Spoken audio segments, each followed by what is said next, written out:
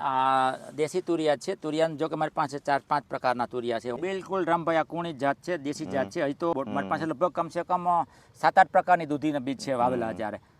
ચીભડામાં રામભાઈ એવું છે, લગભગ મારી પાસે 10 થી 12 પ્રકારના ચીભડા છે.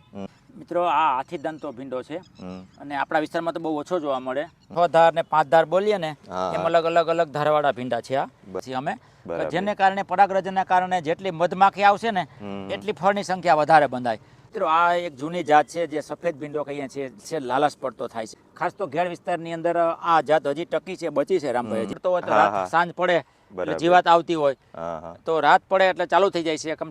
હાલો મિત્રો, તો આપણે આવી ગયા છે એ ભરતભાઈના ફાર્મ ઉપર. તો તમે જોઈ શકો છો અહીંયા બધું વાવેલું છે અને આપણે એ પણ બધું જોઈએ. તો ભરતભાઈ, અટાણે તમે આ શું વાવેલ છે આ વેલારિયા? મિત્રો આ જૂની આપણી કાકડીની જાત છે. જૂની લગભગ સમજો ને કે રામભાઈ લગભગ 40 વર્ષ પહેલાની છે. કે જે લોકોને અત્યારે બીજ મોકલાવું ને મને કે ભાઈ આ બી અમે 40 વર્ષ પહેલા આનો સ્વાદ માણ્યો કે આમ કાકડી અથવા આપણે જે કચુંબર ટુકડા કરીને આપણે ખાતા હોય ને ત્યારે એમ થાય કે નહીં આ રિયલ છે, સ્વાદ મળ્યો અમને એમ કે 40 વર્ષ પહેલા કે જે વડીલ લોકો છે ને એને બી મોકલાવું. એટલો બધો મને આમ આનંદ અપાવે છે કે નહીં ભાઈ તમે આ જાળવતા રહેજો, મહેનત કરતા રહેજો. અને મિત્રો વચ્ચે અમે જે વાવીએ છીએ મિત્રો ફૂલો પણ તમને જોવા મળશે. વચ્ચે અમારા મિશ્ર પાકો બધું વાવીએ છીએ. આ એક આપણી નાનકડી ચોરી વાવી છે. જોકે આમાં તો જીવાત આવી ગઈ પણ જીવાતને ખાવાનું મળે અને કોઈ પણ જાત એક પણ જાતની આમાં દવા છાંટી નથી હજી. બરાબર, વગર દવાનું સંપૂર્ણપણે કોઈ પણ જાતનું કાંઈ કર્યા વગર એક પણ ફુવારો દવાનો માર્યો નથી હજી. એ દવા કેવી અમારી દવા ઓર્ગેનિક હોય, લીમડાના પાન, આકડાના પાન, ધતુરાના પાન, કડવી વનસ્પતિ ઔષધિ હોય ને છેટાપાડાનું, એમાં ડ્રમની અંદર અમે દ્રાવણ બનાવીએ, 15 દિવસ સુધી સળવા દેતા હોય અને પછી અમે સ્પ્રે મારતા હોય. તો મિત્રો ખાસ તો ભરતભાઈ રહ્યું બધું આમાં ટૂંકમાં દેશી જ વાપરે છે દવા ને એવું. તો આપણે એગ્રોમાંથી જે દવા આવે એ એક પણ જાતનો છંટકાવ કરતા નથી. તો આની ખાવાની મીઠાઈ કંઈક એકદમ જોરદાર જ હોય છે. તો જોઈ શકો છો તમે અટાણે વગર દવાએ પણ એટલું બધું આમ નરવાઈવાળું લાગે છે આપણને આ વેલા ને બધું. અને આમાં ઘણું બધું વાવેલું છે તો હજી આપણે જોવાના જ છીએ, તો તમે પણ જોતા રહેજો. તો ભરતભાઈ, આમાં અટાણે કાંઈ આવેલું છે કે એવું કાંઈ? બસ વરસાદ, ભારે વરસાદને કારણે 10-12 ઇંચ વરસાદ પડી ગયો ને તો રામભાઈ એને કારણે હજી હવે ટૂંકમાં કાકડી હવે ફળ બંધાતા આવશે વધીને અઠવાડિયામાં. થોડોક આપણને તડકો છે ને એટલે નાના હજી કાકડીના ફળ બંધાણા છે હજી. બરાબર. હજી હું કાલ જોતો હતો, રાઉન્ડ મારતો હતો પણ હજી આમાં જોવા મળશે. પણ મિત્રો તમને બીજા હજી ચીભડામાં જે રામભાઈ અલગ પ્રકારના મારી પાસે 7-8 પ્રકારના ચીભડા છે કે જે નાનપણમાં સ્વાદ માણ્યો. એમાં ગોળ છે, લાંબા છે, સફેદ છે, કાબર ચિત્રા છે, એવી ઘણી બધી જાતો છે. એ તમને મિત્રો આપણે આગળ બતાવીએ. તો ભરતભાઈ, આ તમે શું રાખેલું છે અહીં? મિત્રો લાઇટ પિંજર રાખ્યું છે કે જે રાતે લાઇટ થાય અને સોલાર સિસ્ટમ છે. બરાબર. એની અંદર જીવાતો જે ચૂસ્યા જીવાત કે મતલબ જે ચૂસ્યા બધા ઉડતા હોય ને રાતના, નથી આપણે કે લેમ્પ બળતો હોય તો સાંજ પડે એટલે જીવાત આવતી હોય તો રાત પડે એટલે ચાલુ થઈ જાય છે. કમસે કમ રાતના 2-2.5 કલાક ચાલુ થઈ જાય છે. પણ હમણાં તો હજી મેં સ્ટાર્ટ નથી કર્યું, હજી ખાલી લગાવ્યું છે આ વરસાદને કારણે. 1-2 દિવસમાં અમે આ ચાલુ કરવાના છીએ. બરાબર, એટલે બધી જીવાત રહી આની અંદર આવી જાય પાણી બધા જે પાણીમાં પડી જાય એમ. બરાબર. તો મિત્રો એકદમ જોરદાર જુગાડ છે આ પણ. તો આપણે જીવાત રહી એની પણ દવા આપણે કમસે કમ ઓછી છાંટવી પડે અને બધું આમાં આવી જાય. જો કે ભરતભાઈ દવા તો છાંટતા જ નથી મિત્રો. તો આવા સ્ટેન 1-2 મૂકેલા છે ભાઈએ. તો કેટલા અંતરે ભરતભાઈ અમે 3.5 વીઘાની અંદર 2 મૂક્યા છે. બાકી ફેરોમોન ટ્રેપ તો તમને વચ્ચે બધા જોવા મળશે. 35-40 ફેરોમોન ટ્રેપ લગાવ્યા છે. પણ આ વરસાદને કારણે જે વધારે વરસાદ પડ્યો ને એને કારણે થોડુંક બધું અસ્તવ્યસ્ત થઈ ગયું છે. પણ હવે 3-4 દિવસમાં થોડોક સૂર્યપ્રકાશ નીકળ્યો છે એટલે બધું રાબેતા મુજબ બધું અમે ગોઠવી નાખશું બધું. બરાબર. અને આમે ભરતભાઈ થોડો તડકો હોય તો આપણે કાંઈ ફળ બંધાય ચીભડામાં ને એવું બધું તો જ થાય. કેમ કે તો એક ધારો વરસાદનો માહોલ પણ એવો હતો એટલે એના હિસાબે તો કાંઈ શાકભાજી પણ બજારમાં પણ અટાણે ઓછા આવે છે આમ જોઈએ તો. તો ભરતભાઈ, આ તુરિયા રહ્યા ક્યાં છે? દેશી તુરિયા જ છે કે? આ દેશી તુરિયા છે. તુરિયા જો કે મારી પાસે 4-5 પ્રકારના તુરિયા છે. આમ તો જોઈએ તો 6-7 પ્રકાર થઈ જાય છે. પણ તમે જોઈ શકો તો ખાલી વેત ટૂંકમાં અડધો જ ફૂટની અંદરના જાતમાં અને રિયલ સ્વાદ. તુરિયાનું શાક બનાવીને તમને ખાવ તો તમને એમ થાય કે આપણે શાક બનાવીને ટૂંકમાં તુરિયાનું શાક ખાધું છે એમ. બરાબર. તો આની સાઈઝ અવળી થાય કે બસ એવડી સાઈઝ? તો ભરતભાઈ, તુરિયામાં આમ કેટલી વેરાયટી આવે? 5-6 પ્રકારની જાતો છે. નાના મોટી છે, લાંબા છે, એથી લાંબા છે, પછી ગોળ છે. મેં તમને બતાવ્યું આગળ વિડીયો કે ઝુમખડા પણ છે. જો ઝુમખડા હજી શરૂઆત નથી થતી. બધું વરસાદને કારણે મિત્રો આ થોડુંક હવે લેટ ચાલે છે બધું, કારણ કે કુદરતી વાતાવરણ બધાને અસર કરે છે. તો મિત્રો આપણે આખું ફાર્મ અટાણે જોઈએ જ છીએ. તો આ બાજુ આવ્યા તો આપણને દૂધી જોવા મળી છે. તો જોવો મિત્રો, આ રીતની દૂધી છે કાંઈક, અને આની સાઈઝ પણ તમે જોઈ શકો છો.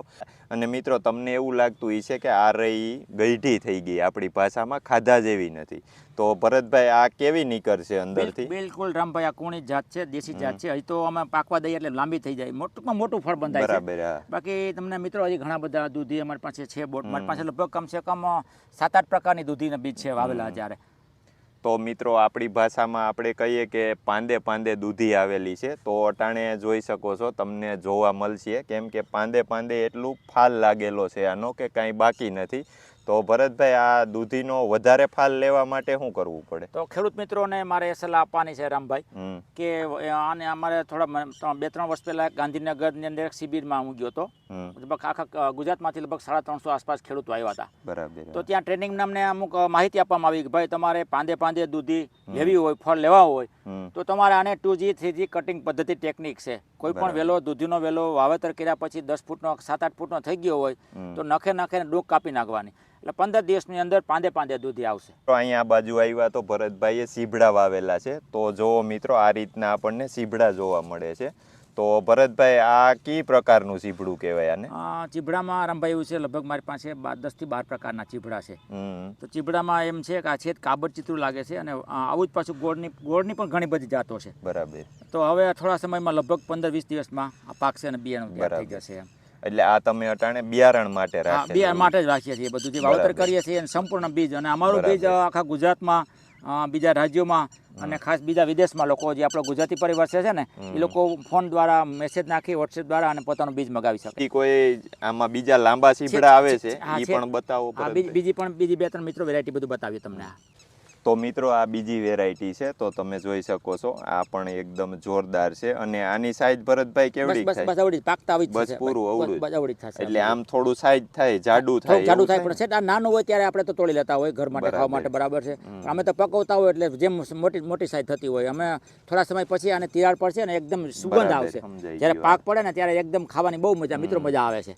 અને બીજ પણ તઈ પરફેક્ટ પાક એમ થઈ ગયો. છોડ અહીં અમે પાકવા દઈએ, પાકી જાય ને પછી તમે આનું બી તૈયાર કરીએ, એટલે બી એકદમ સારું અને તંદુરસ્ત બી થાય છે. તો જોવો મિત્રો, આપણને પાકેલ સીભડું જોવા મળ્યું. તો આ એકદમ અટાણે પાક ઉપર છે. તો ભરતભાઈ, આને કેટલીક વાર છે હવે? મિત્રો હવે 10-15 દિવસમાં પાક પડી ગયો છે.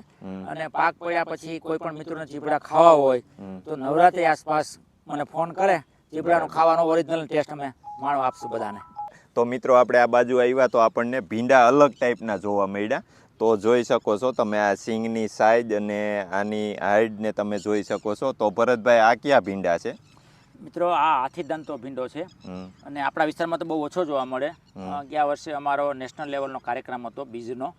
તો આખા દેશમાંથી લગભગ 100-125ની સંખ્યામાં અંદર દેશી બીજનું, જેમ ગુજરાતમાં હું જાળવણી કરું છું, એમ આખા દેશમાંથી બીજવાળા બધા ભેગા થયા હતા.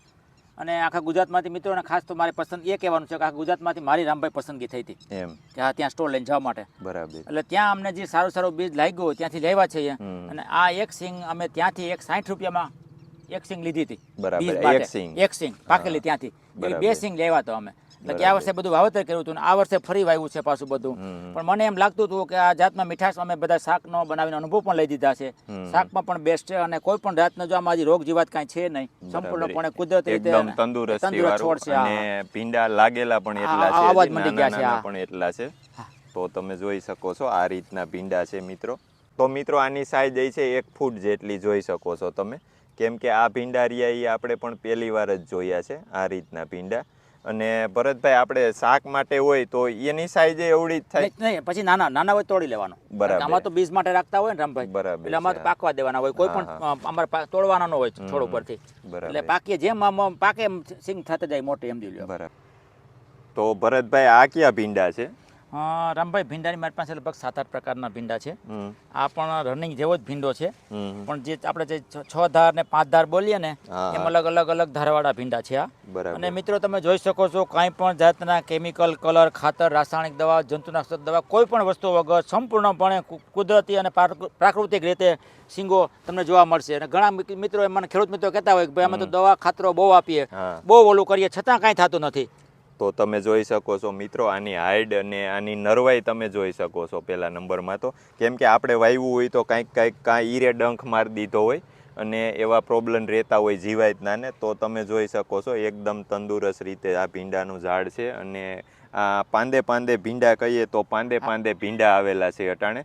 તો આના ફ્લાવરિંગ માટે તમે શું દવા છાંટો કે નહીં ભરતભાઈ? મિત્રો, ફ્લાવરિંગ માટે દવા તો નથી છાંટતો, પણ મેં તમને વાત કરી એમાં વચ્ચે ગલગોટા, જરબેરા, સનફ્લાવર એ બધું વાવેતર ચાલુ કરીએ છીએ અમે. બરાબર. જેને કારણે પરાગરજનના કારણે જેટલી મધમાખી આવશે ને એટલી ફળની સંખ્યા વધારે બંધાય. તો અત્યારે ખેડૂત મિત્રોને જેને અનુભવ થઈ ગયો છે, મારા બીજનું વાવેતર કર્યું છે, એ મિત્રોને ખાસ સલાહ સૂચના આપવાની છે કે તમે વચ્ચે વચ્ચે મિશ્ર પાક પદ્ધતિ વાવો બરાબર. અને આ ફૂલોના વચ્ચે વાવેતર કરતા રહ્યો. આમાં ગલગોટા છે, જરબેરા છે, સનફ્લાવર છે, મકાઈના પણ મિત્રો વાવેતર તમે કરી શકો છો. ભરતભાઈ, આ કયા ભીંડા છે? મિત્રો, આ એક જૂની જાત છે જે સફેદ ભીંડો કહીએ છીએ, છે લાલચ પડતો થાય છે, લાલ તમે જોઈ શકો છો ફોટાની અંદર, વિડીયોની અંદર. ખાસ તો ઘેડ વિસ્તારની અંદર આ જાત હજી ટકી છે, બચી છે રામભાઈ હજી, કે ત્યાં વડીલ લોકો પાસે આ બીજ જોવા મળે છે. અને આ પણ ભીંડો ખાસ તો દરિયાઈ પટ્ટી, ચોરવાડ વિસ્તારના લોકો પણ હજી આના બીજ બચ્યા છે. અને એકદમ સંપૂર્ણ સ્વાદ આમાં શાકની અંદર, ભીંડામાં શાક બનાવવાથી અને બીજનું પ્રમાણ વધારે હોય. થોડી તમે છાશ નાખો એટલે એકદમ ખટમીઠું અને બહુ મસ્ત શાક બને છે આનું. તો મિત્રો, આ રીતનું બધું હતું. ભરતભાઈ આ રીતનું શાકભાજીનું બીજ તૈયાર કરે છે, એ વાડી પણ આપણે વિઝિટ કરી. તો મિત્રો, આમાંથી કોઈ પણ જાતનું બી તમે લેવા માગતા હો તો ભરતભાઈના કોન્ટેક નંબર નીચે આપી દીધા છે, તો ત્યાંથી તમે કોન્ટેક કરી શકો છો. અને હવે આ વિડીયોને આપણે અહીં પૂરો કરીએ. તો આ વિડીયો તમને સારો લાગ્યો હોય તો લાઇક, શેર ને સબસ્ક્રાઈબ કરવાનું ભૂલતા નહીં.